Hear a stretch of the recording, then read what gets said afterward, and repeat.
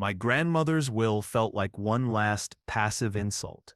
She left most of her wealth to an enigmatic trust and bequeathed me, her only grandson, a battered old car and a strange final task: deliver 5 sealed letters to 5 strangers.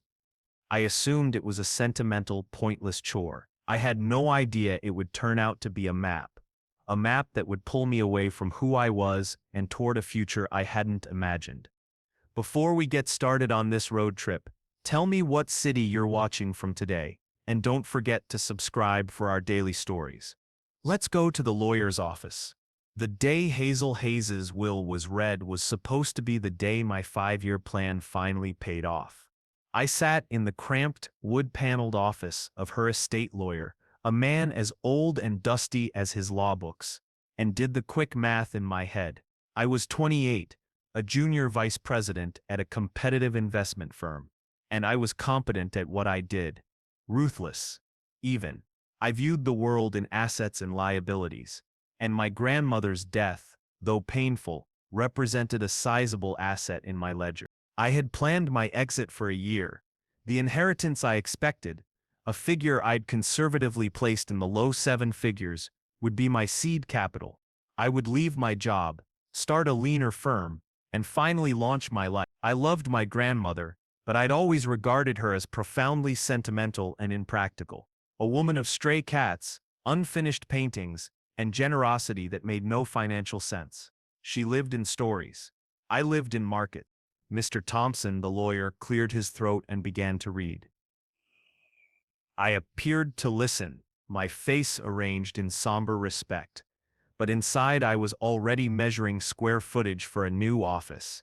He read a list of small, predictable bequests to her favorite charities, then reached the main item: the bulk of my remaining estate, he announced. A portfolio valued at approximately $8 million shall be placed in a discretionary trust to be managed by this firm. My pulse jumped. To my only and beloved grandson, Owen, he continued, and I held my breath. I leave 2 items. First, my 1988 Volvo station wagon, with all my love, in hopes it will remind him that the most valuable journeys are not always the fastest. I stared. The Volvo, a 30-year-old, boat-like relic, smelling of wet dog and old books, felt like a cruel joke. Second, Mr. Thompson set a small, finely carved wooden box on the desk. And this, he said, with a single legally binding condition. I looked from the box to the lawyer.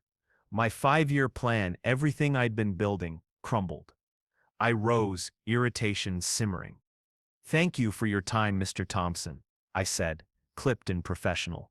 Keep the car and the box. I'm not interested in sentimental games. I started toward the door, ready to leave the entire absurd story behind. Mr. Thompson's partner stopped me. You'll want to hear the condition, he said over his glasses. Access to the $8 million trust and your Tibby to be named its sole director, he explained in a quiet, final tone, are entirely contingent upon your successful completion of the task enclosed in that box. Reluctantly, I returned and opened it. Nestled in faded blue velvet were 5 thick, formally sealed envelopes, each addressed to a different person in a different, obscure small town I'd never heard of. It read like posthumous emotional blackmail, a final lesson from a woman who had spent her life trying to teach me something I never wanted to learn. But the money, the real money, was locked behind it. I took the keys to the Volvo and the wooden box. I had no idea Hazel had set me on a path that would change me. Outside, the sunlight felt sharp. The Volvo sat in the lawyer's private garage, a dusty, beige relic among a fleet of sleek German cars. My own car was a Porsche. Taking the Volvo felt like a deliberate humiliation. The first leg of the trip was a slow-burning torment. No GPS, no satellite radio, no climate control, just a cassette player and a stack of my grandmother's old folk tapes. For someone whose life revolved around speed and accumulation, the Volvo's lumbering pace was a special kind of hell. I looked at the first envelope on the passenger seat, addressed to Mr. Arturo Rossi in an unpronounceable Rust Belt town in Ohio, a place I'd likely only ever see from a plane window. 2 days later I arrived. Time and the economy had forgotten the town. Boarded storefronts and a handful of surviving businesses. One of them, a small but tidy Italian bakery, was where I was headed. I pushed open the door. The bell chimed. Warm, rich bread aromas filled the air. Behind the counter, an elderly man with flour-dusted hands and a magnificent white mustache paused from kneading dough. "Arturo Rossa?" I asked in my brisk, efficient tone. "You found him," he replied, in a warm, accented baritone. I set the cream-colored envelope on the counter. "I was asked to deliver this. It's from Hazel Hayes." He froze, dough in his hands. The name hit him like a prayer. "Hazel," he breathed. "I haven't heard that name in 30 years. His hands trembled as he wiped flour away and took the letter with reverence. He broke the seal, read, and then began to cry. Not theatrically, but with quiet, deep sobs. He told me his story. 30 years earlier, a penniless young Italian immigrant, hoping to open a bakery, had been turned away by banks. He'd nearly given up when a stranger walked in, my grandmother. She'd tasted his bread, listened, and handed him an anonymous check for $10,000, an interest-free loan. "The world needs more beauty," she'd said, "and your bread is a beautiful thing." That check launched his bakery, his life, his family. The letter in his hands was the original loan document, and at the bottom Hazel had written one last word: forgiven. Sitting back in the Volvo, the smell of fresh bread and the memory of Hazel's quiet decency clung to me, clashing with my expensive, shallow suit. The baker's gratitude didn't fit cleanly into my cynical algorithms.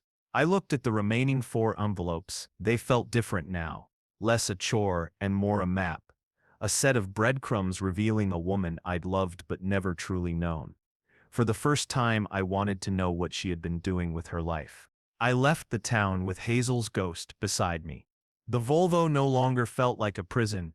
It felt like a time capsule. I studied the worn dashboard and faded upholstery, and imagined a younger Hazel driving these roads, quietly changing people's lives. The next envelope was for Isabel Rivas.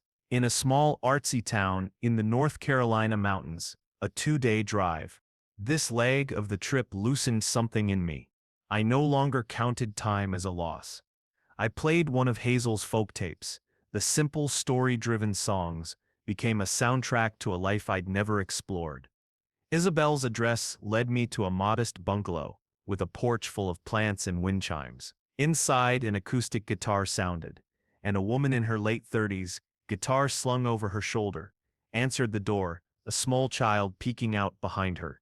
"I'm Isabel Rivas?" she asked. I offered the letter. "My name is Owen Hayes. My grandmother, Hazel, asked me to deliver this."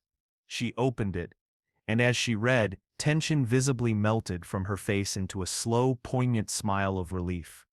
"I knew she was real," she murmured. "I always knew she was real." She invited me in for tea and told me her story. A struggling musician, a single mother burdened with student loans and caring for a sick child, nearly ready to give up music when the first letter arrived. An anonymous benefactor had paid off her student loan. Later, another letter paid her mortgage. The gifts continued, each one freeing her to create and care. The note accompanying the latest document read, "In my grandmother's hand, the world needs more beauty, and your music is a beautiful thing. Now you are free to make it." As I left, Isabel called after me with something that landed unexpectedly. "Your grandmother spoke of you once in one of her letters," she said. "She said you had a brilliant mind for numbers, but a heart that was still learning how to count what truly matters." Her words, mine, from Hazel, made my chest tighten. Not a rebuke, but a lesson. Homework from the wisest teacher I'd known.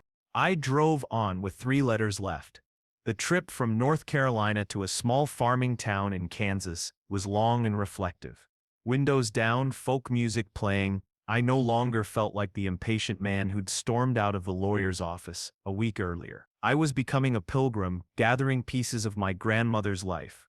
I began to see that Hazel's real fortune wasn't the trust, it was these small scattered acts of generosity. The 3rd letter went to the Al-Jamil family.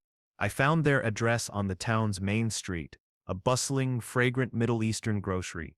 A man with a kind, weathered face and a welcoming smile stood behind the counter. I handed him the letter. He read it, and his eyes welled up.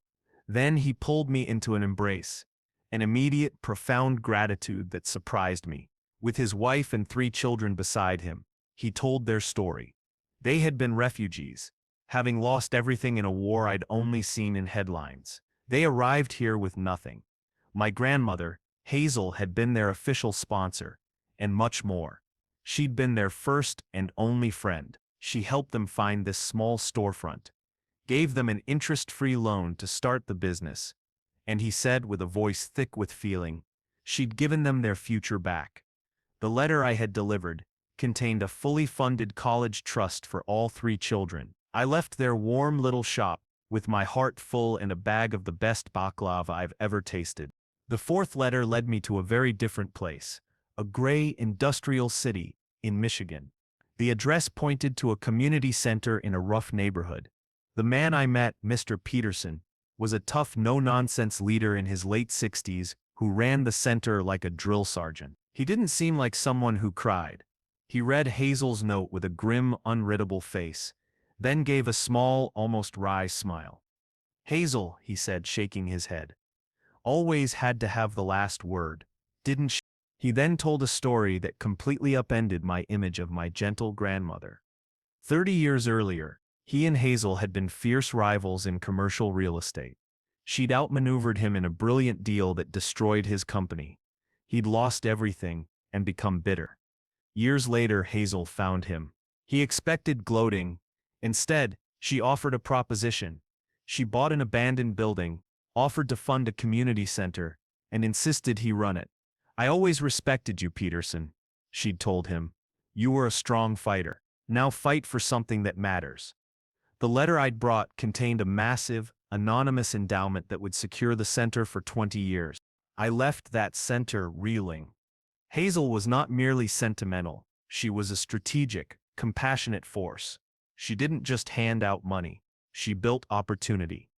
She redeemed rivals and shaped lives through deliberate, quiet action.